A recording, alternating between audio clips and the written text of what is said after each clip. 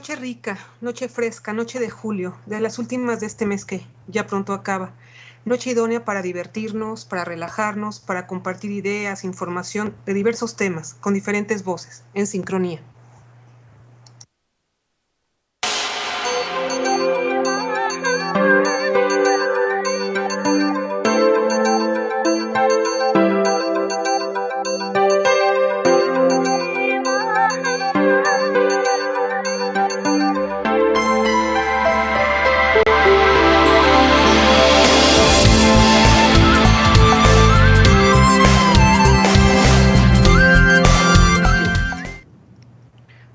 Así es, buenas noches público, buenas noches porque estamos en sincronía, estamos en una noche de este verano loco en la Ciudad de México que nos trae con un clima bastante impredecible como es el mundo complejo en general, como es el mundo, las personas y las áreas del saber que como siempre vamos a estar tocando aquí. Buenas noches Jonathan y buenas noches Marta, compañeros.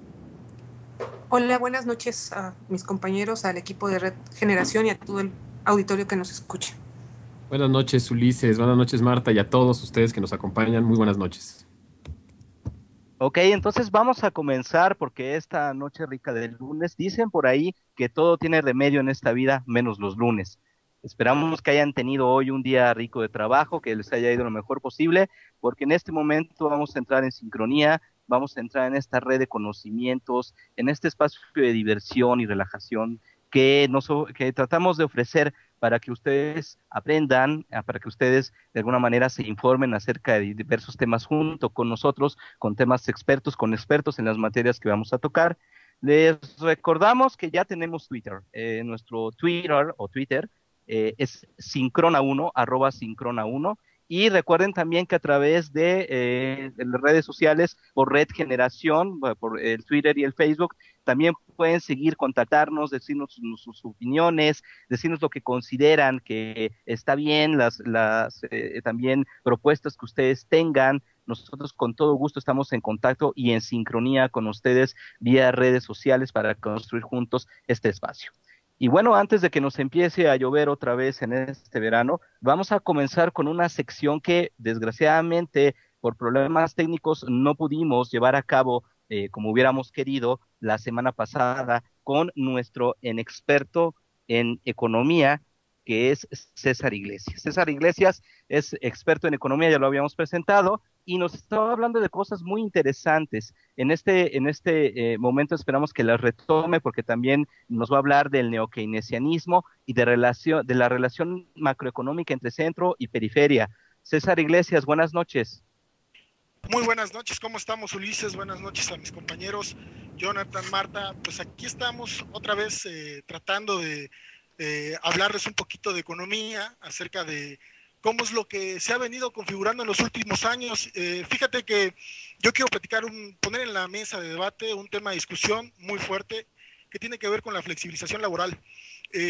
Paul Krugman, el Nobel de Economía, de una tendencia neo-keynesiana, nosotros debemos de acordarnos que Keynes fue aquel que, ante la violencia del mercado, ante la violencia que se generaban, pues digamos, toda la formulación del sistema en el que vivimos, proponía de una u otra forma poner paliativos hacia eso, ¿no? Y estos paliativos se configuraron en desarrollo social, digamos, en servicios sociales. Nosotros lo conocimos en México como el Infonavit, como el IMSS, estas cosas que el estado de bienestar trajo. Pero con el neoliberalismo esto se acabó. Y esto se acabó y digamos que después de la década de los 90, el discurso neoliberal lo que nos trajo fue un discurso que decía, bueno, ahora lo que se ha hecho es la globalización de la riqueza. Y la globalización de la riqueza, pues puede llegar a cualquier mundo.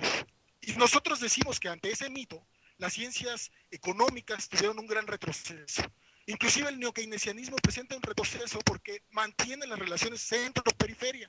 Y las relaciones centro-periferia se mantienen porque, vean, esta tragedia que sucedió en Bangladesh, con más de 1,000 muertos, que se destruyó un edificio completo de 5 fábricas, era porque finalmente había condiciones miserables de vida.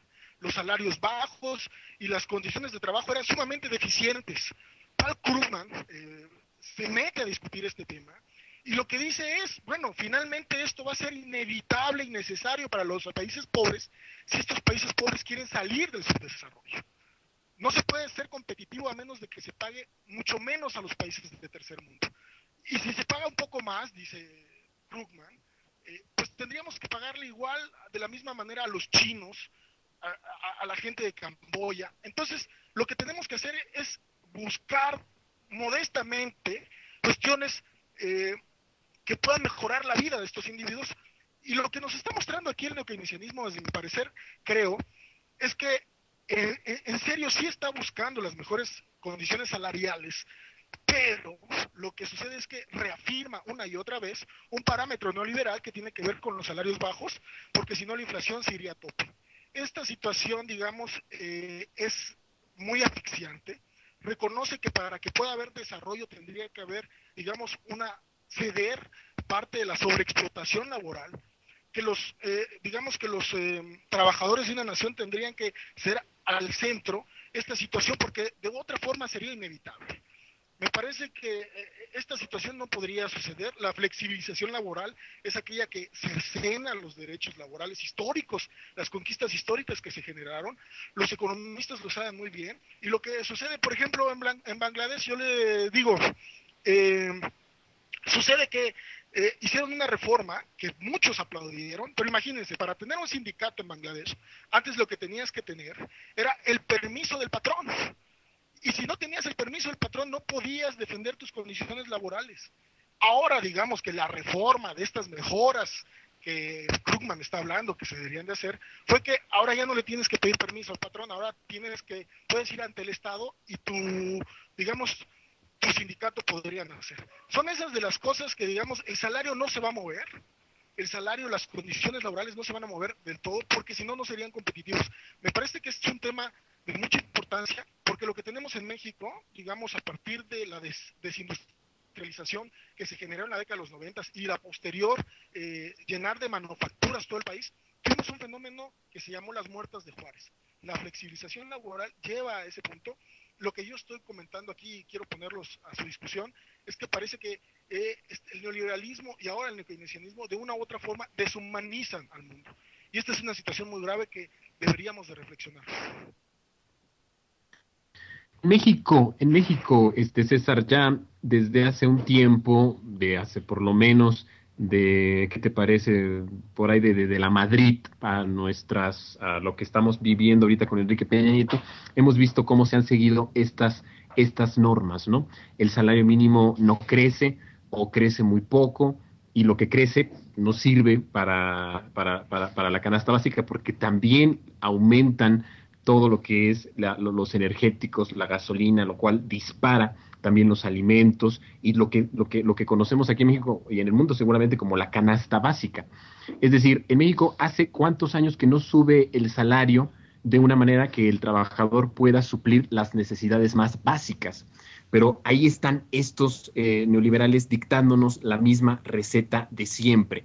Es bueno el comentario y el abrir el debate, pero a tu parecer, todas estas propuestas, que como tú dices es una deshumanización en todo el sentido, en toda la extensión de la palabra, ¿cuáles son las posturas que se podrían tomar en la actual circunstancia de nuestro país, como está en nuestro país, con tanto desempleo, con un salario tan bajo, con el aumento a la canasta básica que crece y crece y crece, y ahora con lo de la reforma hacendaria que vienen los impuestos del 16 al 19% para los alimentos, para la medicina, para la cultura, para los libros, para el cine, para todo lo que de alguna forma el mexicano más o menos ahí puede ir comprando, va a aumentar. ¿Cuáles son las posturas que tendría que tomar México en contra de esta deshumanización, que no es de ahora, ya la tiene viviendo desde hace bastantes años?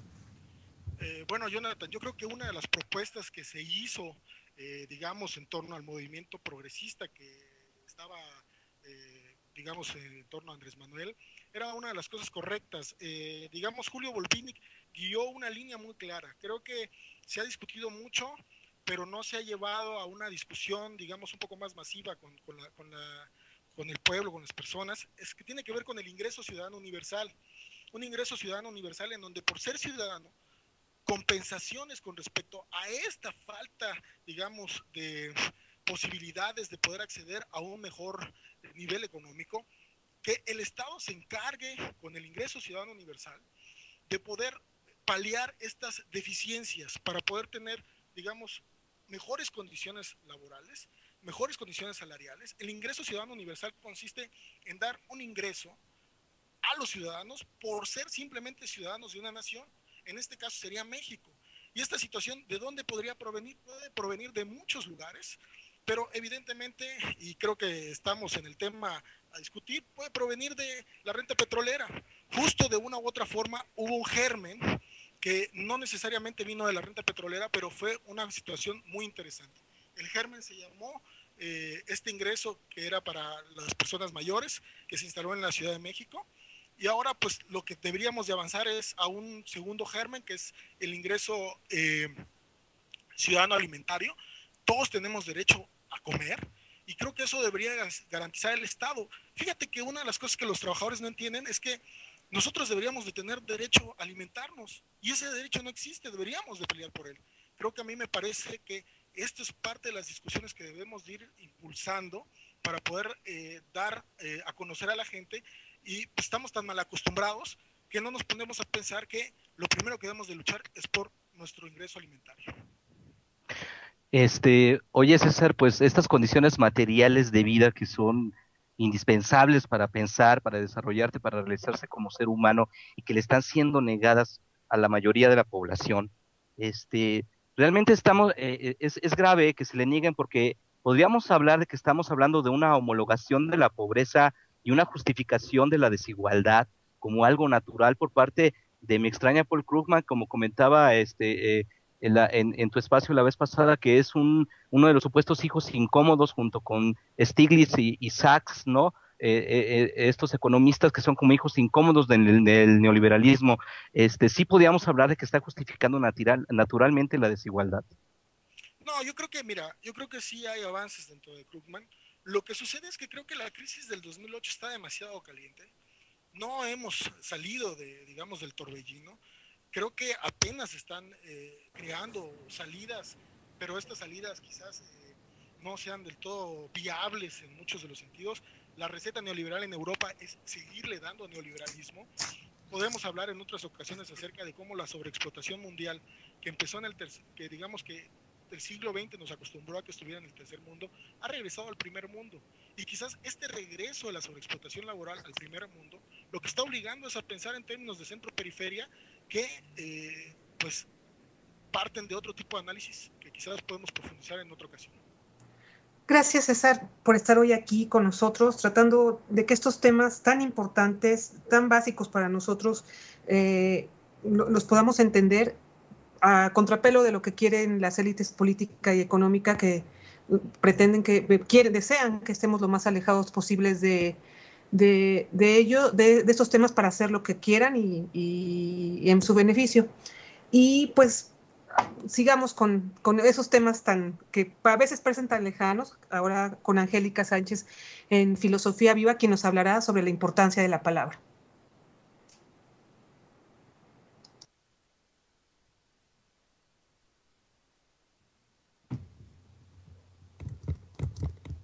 Pues muchas gracias, Marta, y pues estamos al pendiente. Cualquier situación, pues estaré con ustedes. Gracias, César. Angélica, ¿nos escucha Angélica? Sí, aquí estoy. Angélica, ¿me escuchan? te acaba de presentar Marta en estos momentos. Marta, ¿cómo están? Buenas noches, Ulises, por allá anda también. Jonathan, gracias por estar aquí. Gracias a todos los que nos escuchan, amigos, invitados, por acompañarnos una vez más con Filosofía Viva. Y bueno, pues el tema de hoy es ni más ni menos que vamos a hablar sobre la importancia de la palabra, Jonathan. ¿De dónde surge esta idea como de tomar importancia y ver la relevancia que tiene la palabra? Bueno, pues parte de lo que a mí me concierne es este asunto de entender por dónde se instituye, por dónde entra, por dónde se cuela. No es nada más un asunto como de los lingüistas o de filósofos o incluso de semiólogos. El asunto tiene que ver con algo mucho más más sencillo, inmediato, que es un instrumento propio, que nosotros tenemos a la mano, que nosotros ejercemos todo el tiempo. Entonces, bueno, mi invitación es entender que la palabra produce algo en nosotros. Es una producción que se hace de manera individual, colectiva y al mismo tiempo social y cultural. Entonces, todo el tiempo la palabra está haciendo acción. A través de ella anunciamos y expresamos. A través de ella también nombramos. Recuerdo que alguna vez nos decía un profesor, se dan cuenta que antes del verbo se nombra. Entonces, nos daba a entender como si el nombrar fuera como el inicio de una carrera, el inicio de una ruta, de cualquier acción que vendría por delante. Nosotros nombramos para poder estar con el otro, estar con lo otro, hacer con lo otro, pues nada es sin la palabra. La palabra nos vincula en ese compartir significados y a la vez nos individualiza en la significancia propia. El ejemplo más común que nos dan los profesores o que de repente también escuchamos, por supuesto fuera de contextos nada más de estudio, pues es que de repente podemos estar hablando juntos del mismo tema, pero cada quien lo está entendiendo a su forma. ¿Qué significa esto?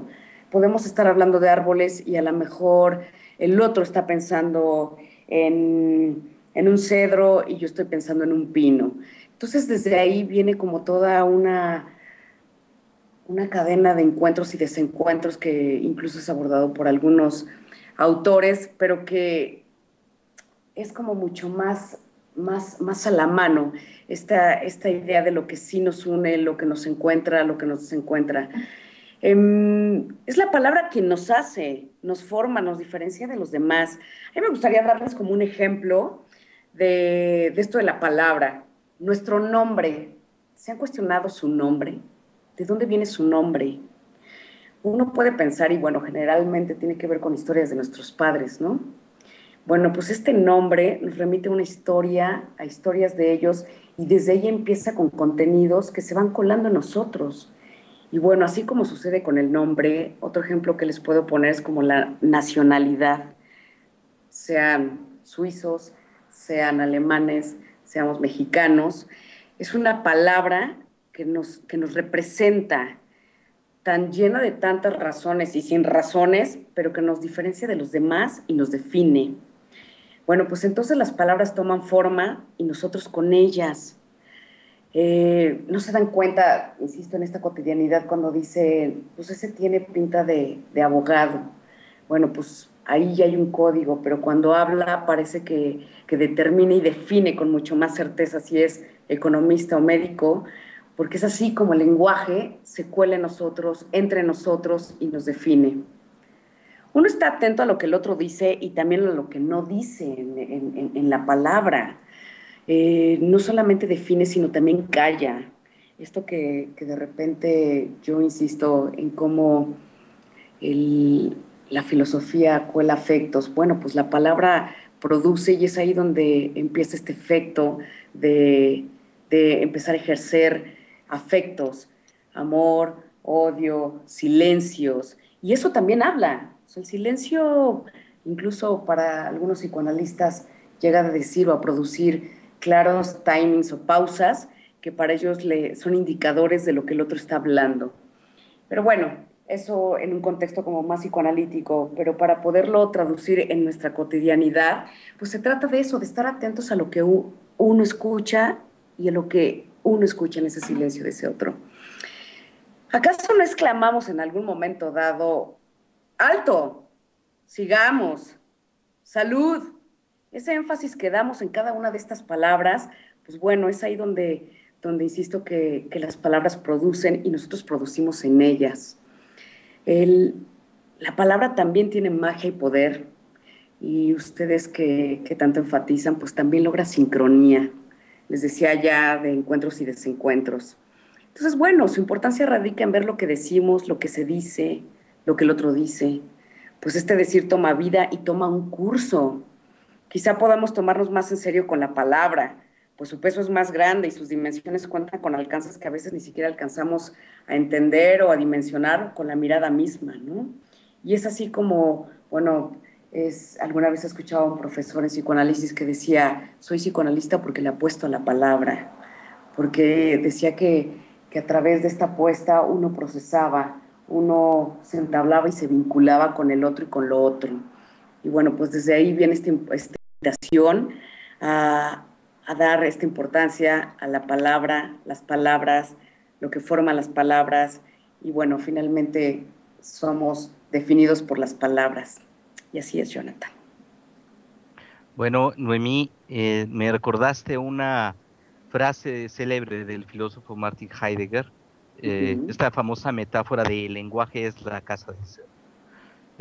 Evidentemente también, incluso desde las cuestiones mítico-religiosas, en cuestión de narraciones míticas, de génesis del mundo, de todos estos relatos o narrativas religiosas que forman parte también de la cultura, se nos habla mucho del verbo, de la palabra.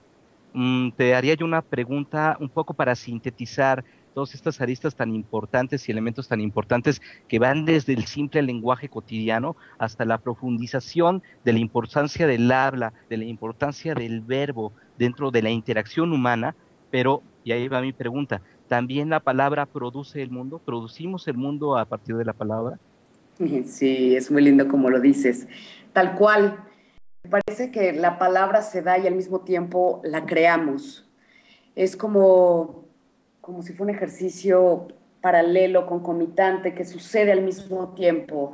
A la vez que uno nombra, somos nombrados. Todo el tiempo se está ejerciendo entre este vaivén, Ulises, como bien lo acabas tú de decir. Sí, la palabra produce el mundo, la palabra está en sostén de la realidad. Hablabas también del psicoanálisis y hablabas también del silencio, porque la palabra silencio de por sí es una palabra densa. En sí la del silencio es una palabra como tal y es una palabra densa. Según el psicoanálisis, también puede haber en este inconsciente, o el inconsciente se puede entender como un lenguaje, como un conjunto de palabras, esta instancia secreta que todos los humanos llevamos dentro. Bueno, definitivamente es la escuela francesa, Lacan, el mismo Wittgenstein, pero sí, definitivamente hay quien lo concibe al psicoanálisis como la palabra en sí misma, aparece, surge, se muestra. Y bueno, sí, me parece que sería como tocar un punto donde la palabra dentro del mundo del psicoanálisis toma todavía otras dimensiones a partir justo de ese encuentro que se da entre un psicoanalista y este paciente o un analista y un escuchado, como lo queramos nombrar, pero es este ejercicio en este vaivén donde se van fundando y entonces es cuando de repente aparece un silencio y por supuesto que está hablando de algo, aún siendo este silencio. Pues sí, Angélica, esto de la palabra, decías tú que la palabra nos define. ¿Qué importancia tiene esto que tú nos dices? Y qué importancia, lo digo porque en nuestro mundo, en nuestro país, en nuestra sociedad, la falta de palabra es lo que ha hecho nos ha llevado a la ruina. El que, por ejemplo, los políticos, su palabra, sus promesas, lo que dicen, pero eso efectivamente no los define, porque si los definiera, entonces serían mentirosos, lo que son realmente, pero sus palabras no indican realmente lo que son. Es decir, hemos perdido los seres humanos, hemos perdido los ciudadanos ese hermoso don de dar la palabra, de decir, lo que digo, el sí, mi sí es sí, mi no es no, lo que yo digo es lo que me define, porque lo que yo hablo es lo que soy interiormente, o está expresando lo que soy interiormente, y eso desgraciadamente se ha perdido en los políticos, en todos, en los ciudadanos. Ya no hay palabra, en el sentido tal vez un poquito menos filosófico, pero en sí ya no hay palabra, la gente ya no tiene palabra, la gente ya expresa, dice cosas que muchas veces ni siquiera cree, ni siquiera sabe qué es lo que significan, pero las anda platicando, las anda hablando. Creo que hace falta más el tener entender nuevamente y volver a eso, de decir, entender lo que somos y que lo que decimos nos definen, porque hay tanta mentira en la sociedad. Y bueno, Angélica, yo como siempre me da muchísimo gusto. Desde la vez pasada, desde el lunes pasado te dije que soy tu fan. Esto de la palabra me pareció un tema muy interesante, muy hermoso, y vamos a seguir viendo qué otros temas nos traes la próxima semana. Te agradezco de momento esta participación y si nos permites tú, la siguiente semana nos volvemos a escuchar con otro tema. Encantada, Jonathan, un placer. Bueno, por nuestra parte vamos a ir a un espacio musical. Esta canción de Morrissey se llama Let Me Kiss You. Por cierto, este grupo tiene una gira mundial y no va a venir a Latinoamérica. Dicen que porque no tiene recursos para venir a Latinoamérica. Qué lástima el que no podamos escucharle, pero en el mundo, bueno, los que sí puedan, qué bueno. Aquí está este espacio musical y regresamos. Recuerde que estamos en sincronía.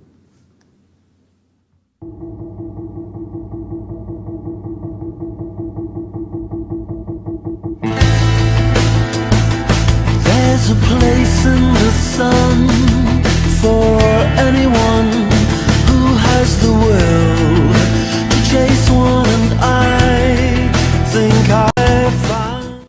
Leo en la revista Proceso, Jonathan, Ulises, un artículo que me llamó mucho la atención, que me dejó un poco pasmada, la verdad, por toda la violencia que hay en México, y que, sobre todo porque un investigador del Instituto de Investigaciones Jurídicas, valga la redundancia, Ernesto Villanueva, muy prestigiado, especialista en Derecho de la Información, lo aborda y sí me llama la atención porque veo que ahora forma parte de una asociación que se constituyó para defender al artículo 10 constitucional sobre la aportación de armas de fuego. Y me llama la atención que en este clima de violencia él abogue por esto, por un tema que dice él incluso dice que ni los académicos quieren tocarlo, que es tabú, pero yo veo muchas aristas. Sí me parece correcto que se ponga en la mesa, y más si ya hay una asociación y por gente como él, prestigiada, y dice que también por cazadores, por ciudadanos preocupados por la violencia, para que nos protejamos, pero de todos modos sí me parece que es un tema que vale la pena reflexionar. Quizá todavía no está con mucha fuerza en los medios, pero si ya se constituyó esta organización, habrá que tomarlo en cuenta, y en este clima de violencia que por un lado sí puede ayudar eso dicen ellos, yo no estoy de acuerdo, que puede ayudar a que nos defendamos y no estemos inermes ante los delincuentes, pero bueno, también puede llegar a ser una ley del oeste terrible, ya todos contra todos, ojo por ojo, hasta que todos nos quedemos ciegos. ¿Ustedes qué opinan? ¿Cómo ven? No, yo creo que es significativo que un experto en ciencias jurídicas de la UNAM, en este momento, en esta coyuntura del país, en donde la violencia se eleva día a día, en donde la violencia, la guerra contra el narco, que es una guerra, aunque no le queramos o no le quieran llamar muchos así, está en un deplorable auge, ¿no? Es significativo porque entonces quiere decir que mucha de la inteligencia del país puede empezar a tomar, como sucede en crisis sociales generalmente, puede empezar a tomar posturas de las que llamamos reaccionarias. ¿Qué es una postura reaccionaria? Que ante un fenómeno se provoca una reacción que generalmente solamente se enfoca en ese fenómeno. Es decir, reaccionario es el que ve una movilización social y pide inmediatamente que se le controle o que se le limite sin importar las causas estructurales. ¿Por qué es una lógica reaccionaria la que nos está comentando este experto y la que de alguna manera sostiene la retórica, incluso en Estados Unidos también, de las organizaciones a favor de las armas? Es importante esto porque es una posición que reacciona ante el problema de la violencia y del crimen organizado, ocultando los orígenes estructurales que tienen que ver directamente con asuntos de justicia social, con asuntos macro y microeconómicos, con asuntos de políticas económicas y discursos que de alguna manera, como ya lo habíamos visto en la sección de economía, como el que ahora está teniendo probablemente también el economista Paul Krugman, que tienden, había comentado yo, a ver la desigualdad como algo natural. Y ver la desigualdad como algo natural te lleva a las soluciones de parche, olvidando las complejidades de todo asunto. Si hay violencia, entonces reaccionemos con violencia. Hay mucho negocio en todo esto, o sea, yo me atrevo a pensar con cierta suspicacia acerca de este y otros expertos o académicos que pueden estar apoyando este asunto, que son los encargados de generar la retórica intelectual de un asunto que, aparte de ser un gran negocio, ahorita es un asunto muy delicado para el país, porque También me acuerdo que tú comentabas, Marta, en alguna plática, que mientras en Estados Unidos se está generando toda una discusión alrededor del freno y la limitación de la circulación de armas, el uso de armas y el cuestionamiento de varios artículos de estas enmiendas de la Constitución norteamericana que sustentan el uso de armas para autoprotección en Estados Unidos, mientras allá sucede la discusión, aquí la discusión va exactamente al revés. Está surgiendo ya, repito, es significativo que un académico esté hablando de esto, porque entonces estamos hablando de una retórica que justifica una posición bastante cuestionable. No hay datos precisos que digan que es la aportación libre de armas o la posesión libre de armas para autoprotección haga descender la delincuencia, haga descender la violencia. Al contrario, en una crisis se pone más en entredicho y se pone más en riesgo la seguridad, incluso en las relaciones sociales y en la vida cotidiana. Yo creo, Marta y Ulises y al auditorio que nos está escuchando, que me parece fantástico que se abra este tipo de temas, que como bien dice Ernesto, es Ernesto Villanueva, ¿verdad, mi querida Marta? Así es, sí, Ernesto Villanueva. Que me parece que es verdad. Es como que son temas tabús. Nadie los quiere hablar o tratar o poner en la mesa, precisamente por el ambiente en el que estamos viviendo. Pero yo quiero hacer, por ejemplo, ir a lo contrario. ¿Por qué no hablarlo? ¿Por qué el gobierno está desarmando a los ciudadanos? ¿Quiénes son los que ejercen la violencia? Para respondernos lo que está planteando Ernesto, primero hay que plantearnos estas dos preguntas. ¿Sí? ¿Por qué se desarma a la ciudadanía? ¿Por qué se desarma al pueblo? ¿Por qué unos sí tienen derecho a portar armas y otros no? ¿Cuáles son los requisitos cuando hemos visto que ni siquiera el ejército, que supuestamente tendrá que estar preparado, saben utilizar las armas? Disparan como si fueran, ahora sí que pistolitas de agua. Y ha habido tantos muertos que no son delincuentes en las carreteras, en los retenes, por el nerviosismo y por la falta del control sobre estas herramientas de armas de fuego. Entonces, la pregunta yo creo que aquí es muy interesante. Qué bueno que se saque estos temas. ¿Por qué se está desarmando al pueblo?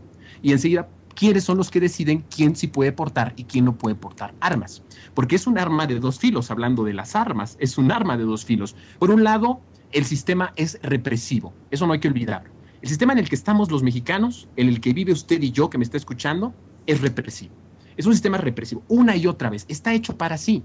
¿Por qué? Porque las condiciones, como dice Ulises, socioeconómicas, las condiciones sociales, las condiciones políticas, nos orillan a que empiece a haber estallidos de violencia, que no hay otra forma de callarlas, porque es insoportable la magnitud de la opresión.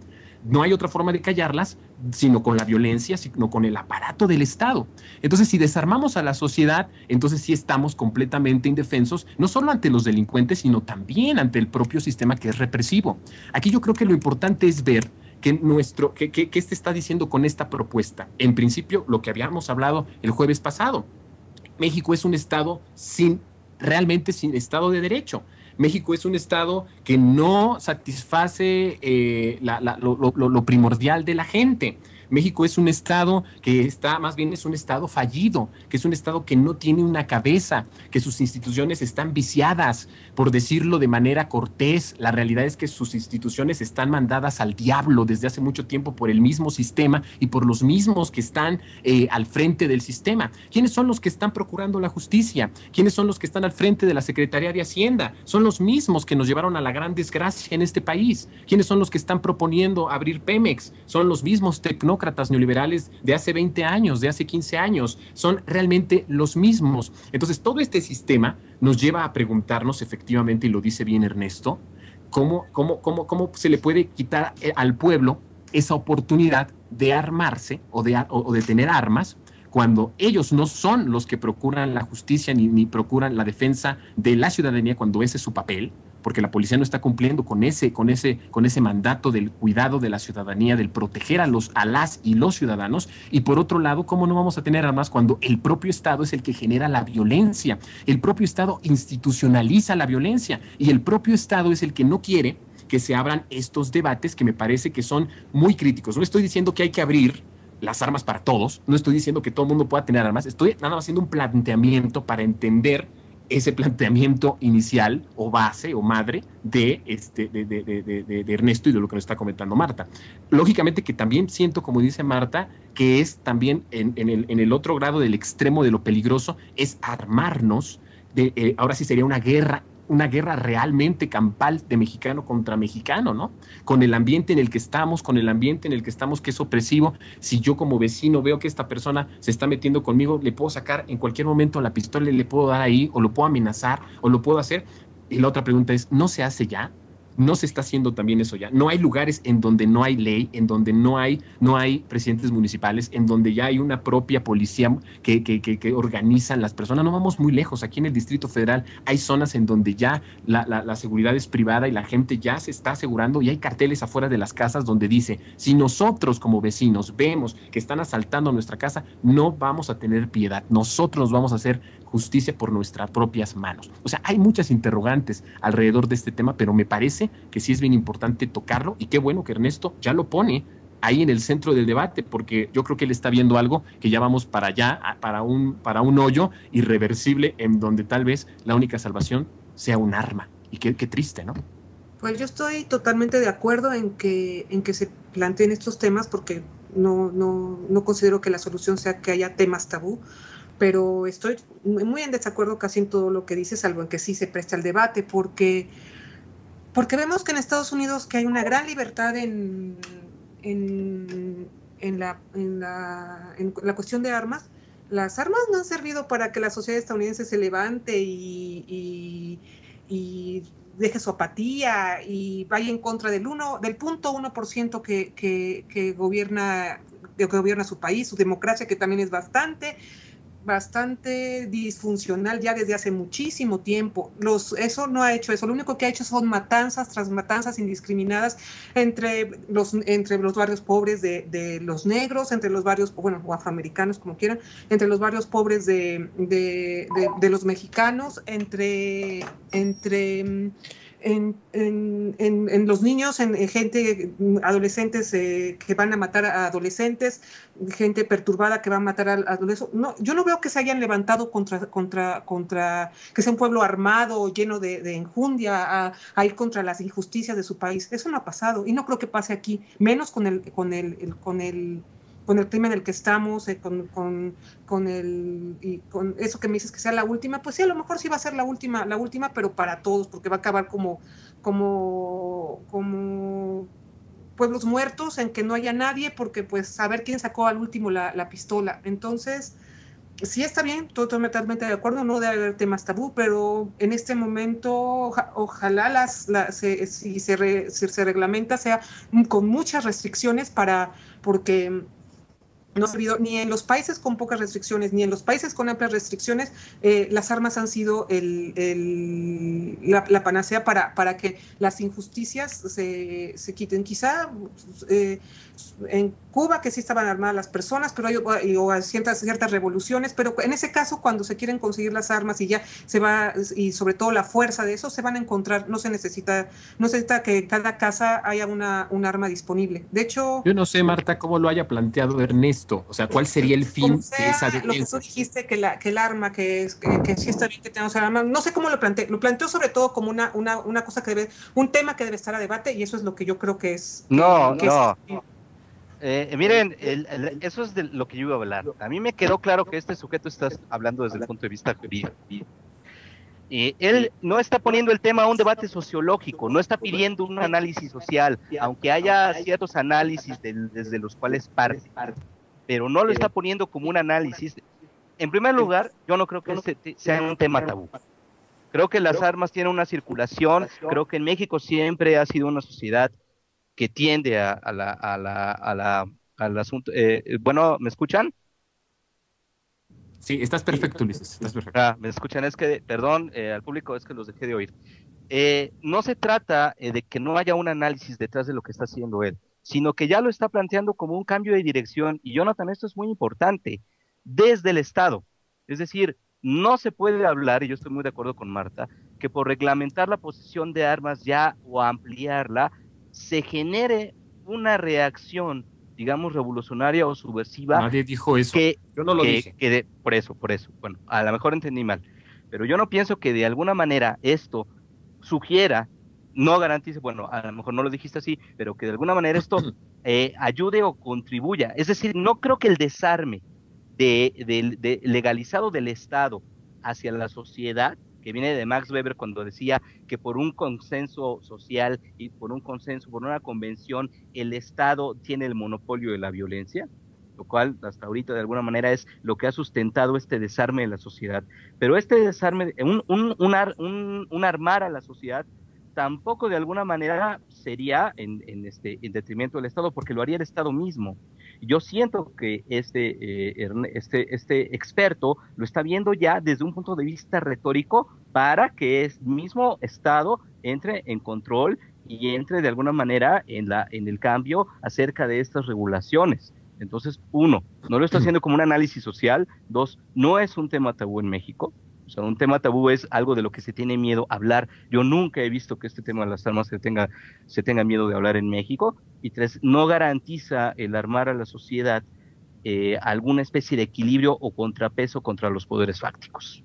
Sí, no, estoy de acuerdo con eso. Es que yo por eso preguntaba cómo lo está planteando Ernesto. Yo no lo planteé así, ojo, y ahí están las grabaciones y que lo digan el propio auditorio. Lo que yo estoy planteando es preguntas antes de empezar a hablar sobre eso, otras preguntas que nos tenemos que hacer los mexicanos. Y lo que yo sí estoy planteando es ¿por qué desarmar al pueblo? ¿Sí? A lo mejor la pregunta que ustedes dicen, bueno, ¿por qué sí armarlo? ¿No? O lo que él está planteando ahí, bueno, es que se reglamente. Ok, ahí yo no sé. Pero yo nunca dije que eso vaya a servir como para revolucionar. No. Y lo que dice Marta es verdad. En Estados Unidos eso no ha servido para que se levanten. No, es que ese no es el fin. Como yo lo entiendo, ese no es el fin, sino la situación en cómo está nuestro país. Tal vez lo que proponga es que la gente tenga esa seguridad, no para que salga con su arma a hacer justicia por todas las injusticias que hace el Estado, sino por una seguridad que tal vez la familia quiere tener, sobre todo en lugares en donde la situación de la violencia no es la misma que estamos viviendo en nuestro Distrito Federal. Tal vez yo lo puedo estar viendo de esta forma porque estoy en el DF. Yo no sé lo que es estar en Tamaulipas, yo no sé lo que es estar en Monterrey, yo no sé lo que es estar en aquellos lugares en donde la violencia está verdaderamente insoportable y terrible. Yo no sé qué es vivirlo desde allá.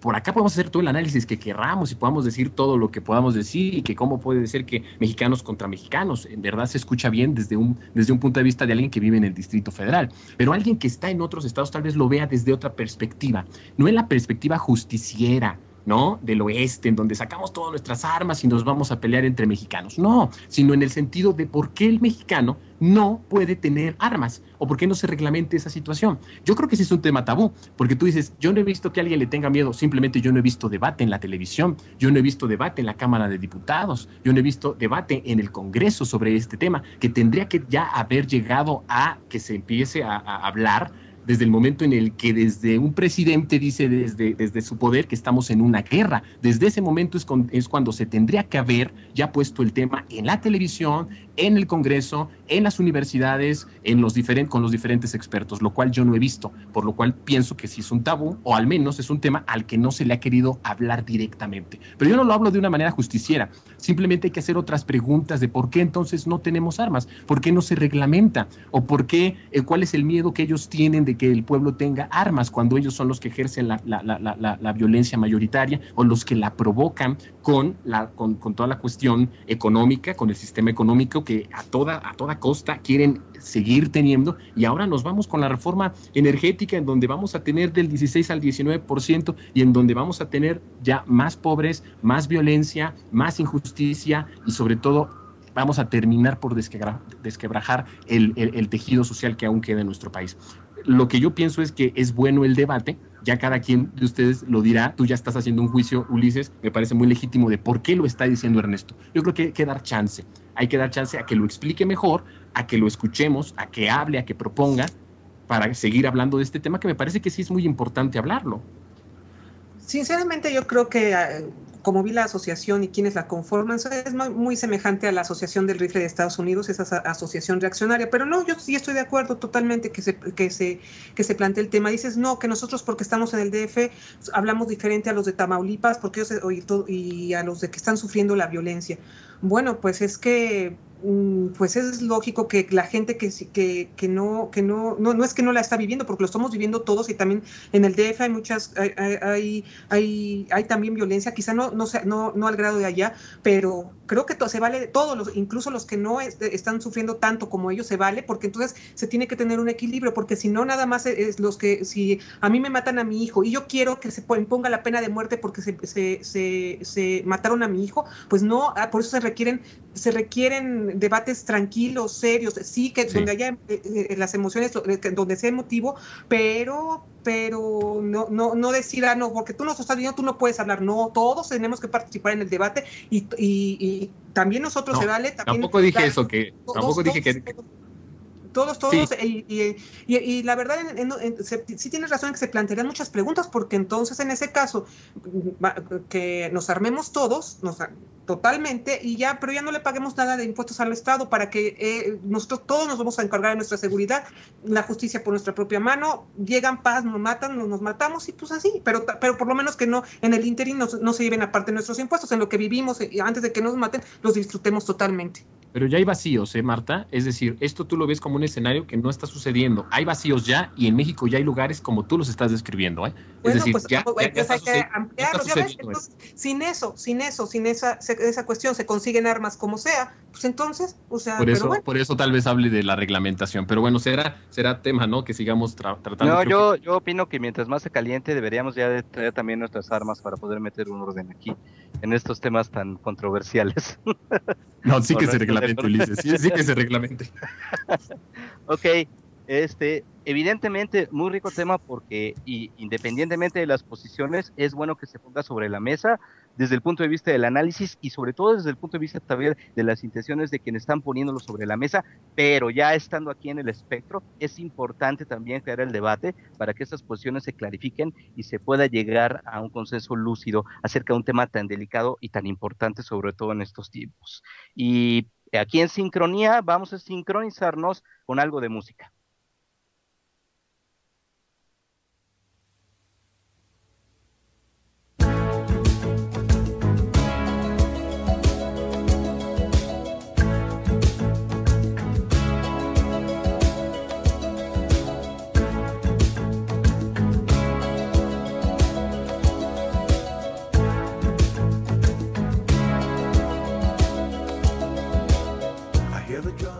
Muy bien, pues continuamos aquí en Sincronía, continuamos sin duda. Este tema de la charla estuvo muy, muy bueno. Ojalá y usted también nos ponga sus comentarios sobre lo que piensa, no de a quién le va, porque esto no es una guerra entre nosotros, pero sí que usted ponga sus comentarios, y a lo mejor, posiblemente, si nos da espacio, la siguiente semana lo podemos volver ahí a comentar lo que usted nos está diciendo, porque sin duda creo que sí es un tema bien, bien importante, independientemente de quién lo haya puesto y con qué intenciones. Nosotros lo estamos poniendo aquí sin ninguna otra intención más que el crear conciencia y tratar de estar en sincronía en este tema. Pasamos a otra cosa, que es el tema de la ciencia. Me da mucho gusto saludar a Enrique Seleni, quien es físico por la Universidad Autónoma de Puebla, y nos va a hablar sobre la ciencia, como el tema de las fallas en las notas sobre la ciencia. Usted ha visto algunas que son muy amarillistas, algunas que son muy sensacionalistas. Bueno, Enrique Seleni quiere hablarnos sobre eso. ¿Son ciertas todas las notas que nos dicen descubrieron esto o están descubriendo lo otro? Aquí nos lo va a responder. Enrique,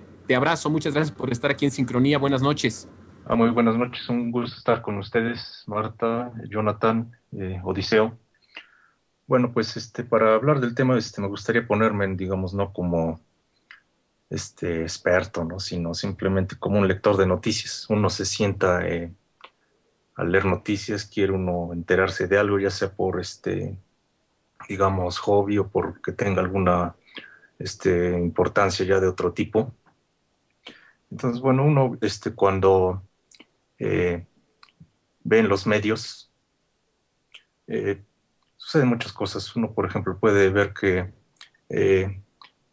conscientemente o inadvertidamente se sobresimplifican temas, a veces se deforman simplemente al cambiar una palabra por otra, algún término, puede darse a entender algo diferente, como vamos a ver en unos ejemplos concretos que preparé.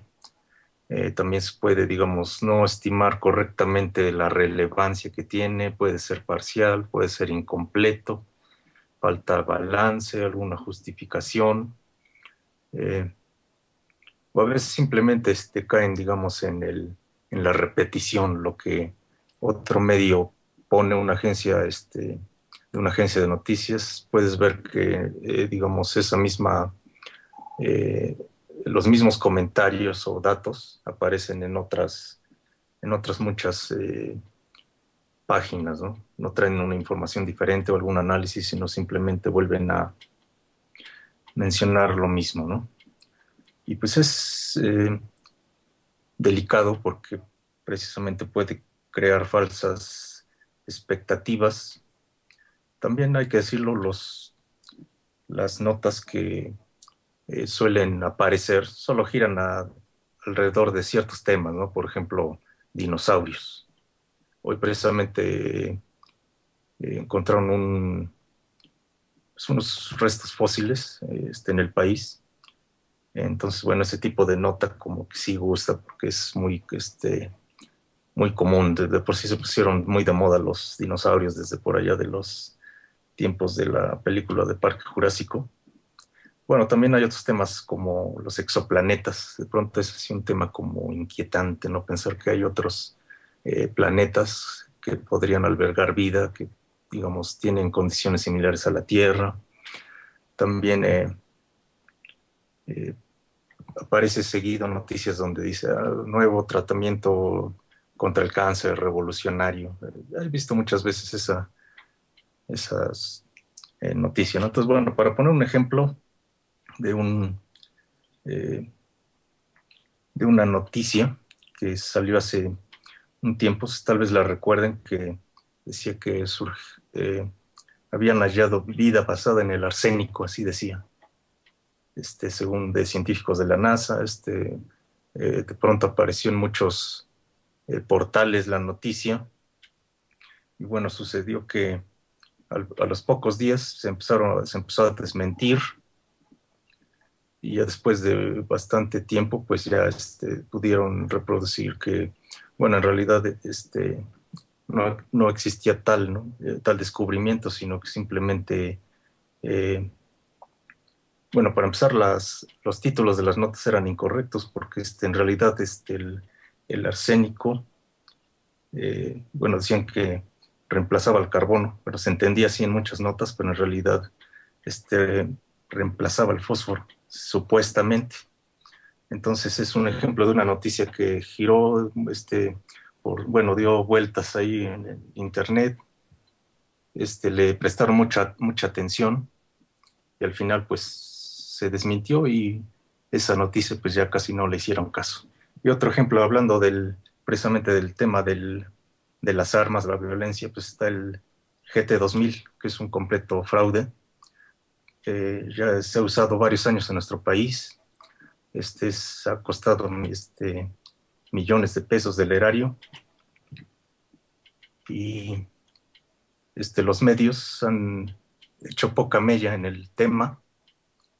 Y precisamente hasta hoy, precisamente viene el Universal que se pronunció el gobernador de Colima, todavía defendiéndolo. Y pues esperaba precisamente que, digamos, en estos años tuvieran un papel más importante los medios, siendo un tema científico. Pero pues no ha sido así, ¿no? Hasta apenas, les decía, hoy salió una nota en el Universal, porque precisamente entrevistaban a una víctima, ¿no? Que la metieron a la cárcel injustamente por utilizar este aparato. Oye, Enrique, bueno, muchas gracias por estar aquí. Pero entonces en estos casos, ¿qué consejos nos darías para leer más críticamente estas noticias? Yo me acuerdo que hace poco yo puse en Twitter una foto de un león negro que se veía precioso y que tú mismo me dijiste, ¿sabes qué? Pues no, creo que lo truquearon y estás muy mal porque no existe ningún león negro. Yo la verdad me atrajo mucho, estaba muy lindo, estaba precioso y pues sí, después me dijiste y estuve ya investigando y vi que no, que otra toma de un león normal o blanco, la verdad no me acuerdo, pues lo pintaron de negro con Photoshop, con todo esto.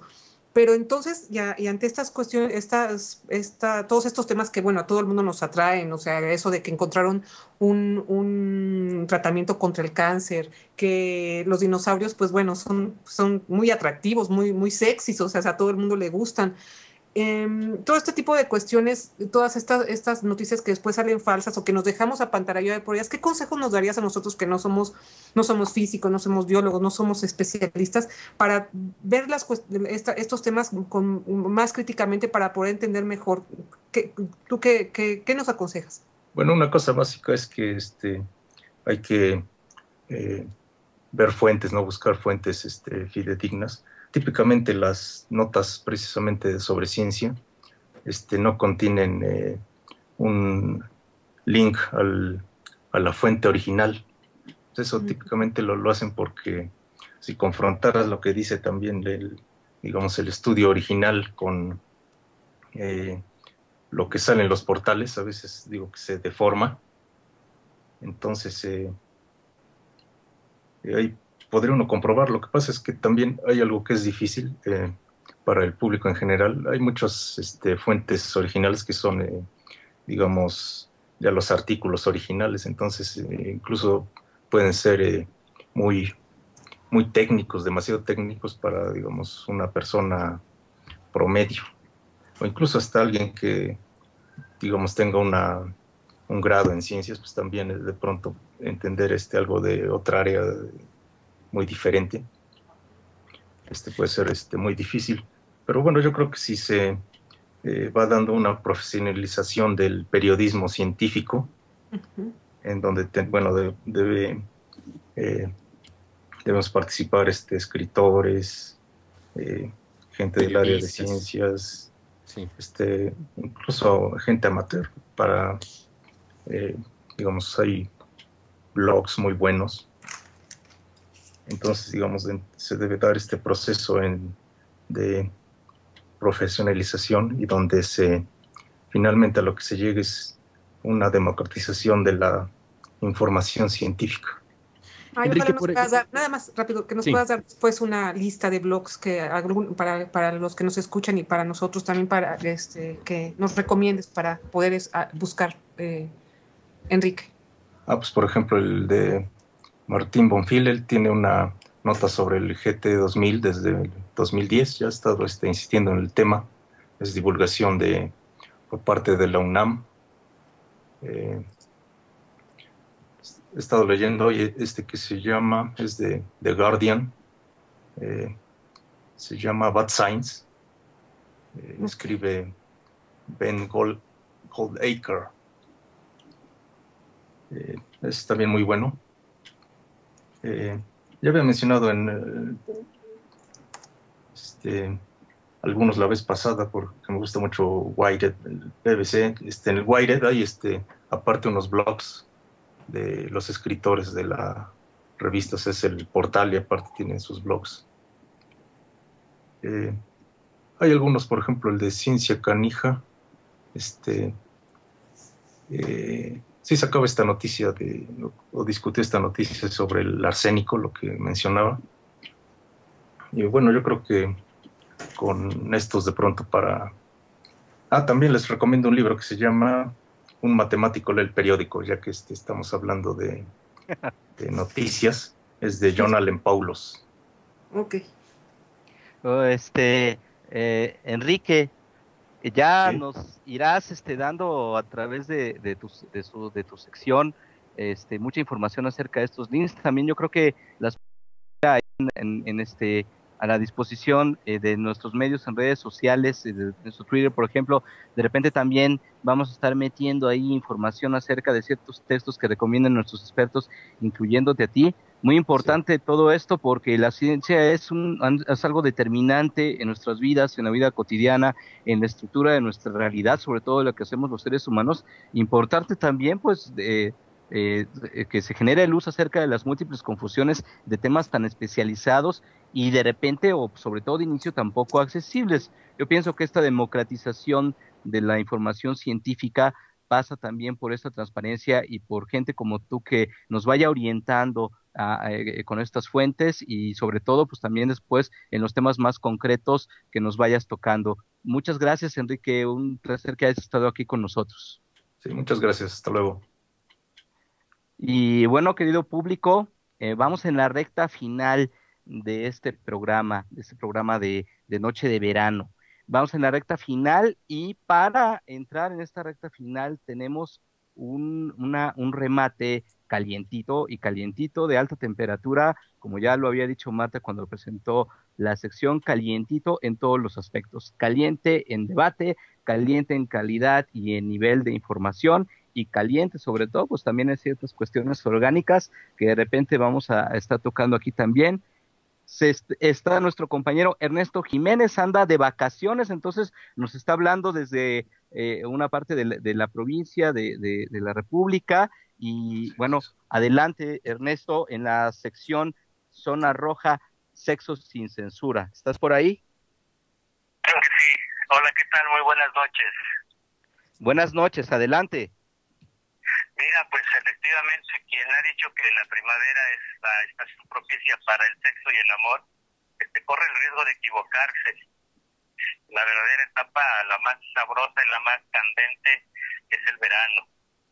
Y en el verano, en este verano de hoy, de una luna llena hermosa, aquí en la provincia, desde Quintana Roo, en el pueblo de Bacalar, estoy con ustedes compartiendo este espacio el día de hoy para hablarles de un tema efectivamente calientito que tiene que ver con el sexo oral.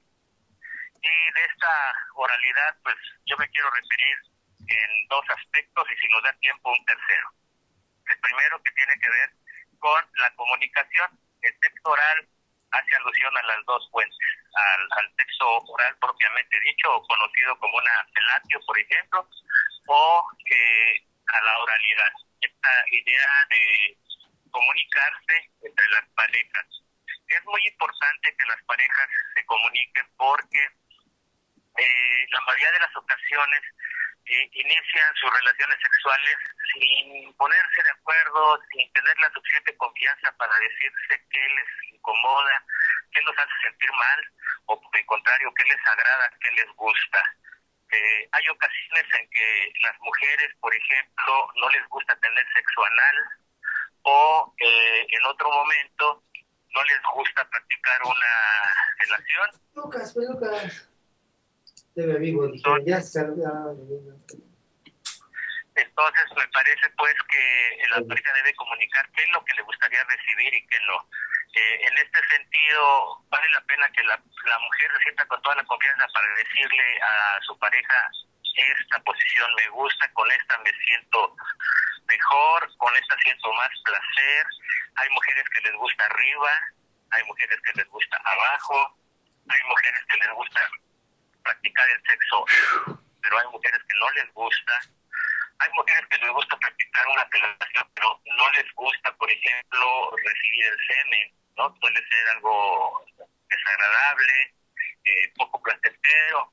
Y en muchas ocasiones la otra persona se empeña en iniciarlo, en querer hacerlo, y bueno, esto puede dar al traste con una relación. Por eso es muy importante que la pareja se comunique y exprese cuáles son las cosas que le hacen sentir mayor placer, cuáles son las que lo incomodan, tanto para el hombre como para la mujer.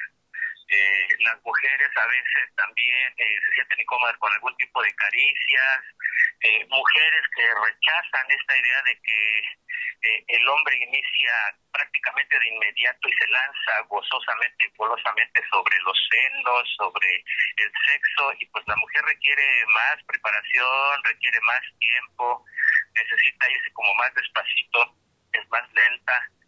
Para llegar a su verdadero placer requiere un poquito más de tiempo y una serie de caricias, de atenciones por parte de su pareja. Esa delicadeza es muy importante y por lo tanto se tiene que comunicar uno al otro, expresar qué les gustaría sentir, qué les gustaría recibir, cómo les gustaría tener una relación sexual. Esa es la parte pues a la que yo me refiero cuando hablo de relación entre la pareja en esta primera parte de la oralidad. La segunda, pues bueno, tiene que ver precisamente cuando estamos ya en la relación.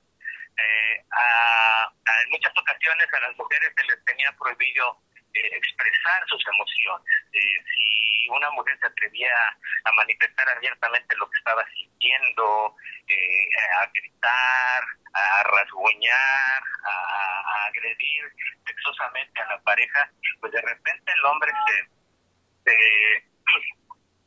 sentía incómodo por esa situación. Creo que es muy importante que la pareja conserve estas dos ideas: comunicarse antes para saber qué es lo que les gustaría y lo que no, y por otra parte durante la relación también tener ese cuidado de saber qué es lo que les gustaría escuchar, oír, y permitir que la pareja se exprese y que tenga que decir lo que sea necesario para que los dos tengan a bien llegar a mejor puerto en esta ruta del placer y del sexo y del sabor. De este tema hay tantas cosas que a mí realmente se me ocurren ahorita y se me antojan preguntarte. En principio, el ambiente para esa comunicación, Ernesto, ¿cuál es el ambiente idóneo para esa comunicación? Por ejemplo, el que haya música, el que sea previo a la relación. No es lo mismo comunicarse ahora con las redes sociales. Imagínate que ahí el chavo le esté preguntando a su chica por el Twitter y eso, ¿no? Preguntarle, oye, ¿te gusta hacer esto? Vamos a hacer esto, que hacerlo realmente en un ambiente más, no sé, con música. ¿Qué es lo que tú recomiendas para poder hablar de estos temas que como pareja yo creo que sí es bien importante, porque hay tantas interrogantes de decir, oye, a lo mejor el sexo oral provoca alguna infección, ¿no? En la mujer o en el hombre, cuáles son las condiciones para que se puedan hacer. Yo creo que hay falta de información y a la vez no hay comunicación para poder llevar a estos temas y que se logre el placer tanto del hombre como de la mujer, ¿no? Efectivamente, fíjate que has tocado dos cosas muy importantes: el ambiente y la higiene. En primer lugar, el ambiente es muy importante. Y yo te digo porque, bueno, lo he experimentado gozosamente.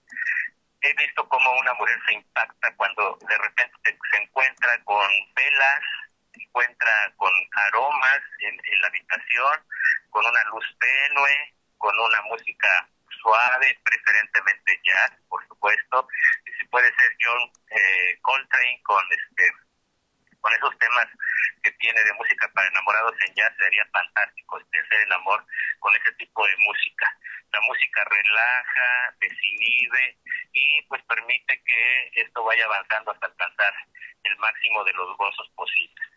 Y con respecto de la higiene, pues efectivamente, mira, por ejemplo, si a lo mejor una mujer tiene sus temores con respecto del sexo anal, y efectivamente tiene que tener ciertos cuidados como la alimentación, no recargarse mucho de la comida, que sea una cena, si es una cena sea ligera, para que después puedan ellos dos tener ese intercurso sin mayor problema. Y debe haber desde luego una higiene previa, un buen baño.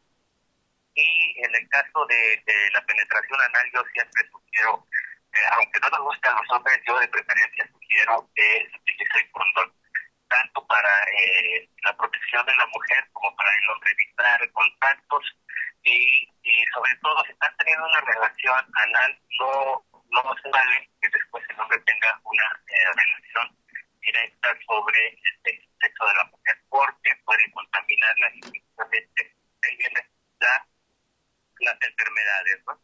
Eso no se vale. ¿Cómo ves? Sí, Ulises. O yo. ¿Era tú? Órale, vas, Jonathan. No, lo que yo quería, que es importante esa comunicación que dice Ernesto, porque muchas parejas se están privando de gozar a la plenitud de su sexualidad. Se están privando porque no tienen la información suficiente para poder abordar su relación de manera placentera y libre, con la información y con todo lo que tú nos estás dando en estos momentos, Ernesto. Creo que eso del sexo anal es otro tema que tal vez lo podremos hablar o platicar de manera más independiente. Pero continuando con lo del sexo oral, que nos dices no precisamente tiene que ser simplemente el acto que a todos nos viene a la mente cuando decimos sexo oral. Por ejemplo, las cosas que se dicen. Hay personas que les gusta decir incluso groserías o estar diciendo groserías. Hay otras personas que les gusta más ser un sexo menos salvaje. Todo esto también está permitido previo a que se hable con la pareja, ¿no? Porque a lo mejor a la mujer no le gusta que el hombre diga ciertas palabras en el momento en que está teniendo la relación. También eso hay que hablarlo, ¿no? Lo que se dice en el momento de tener la relación, o ahí no hay reglas. No, sí debe haber.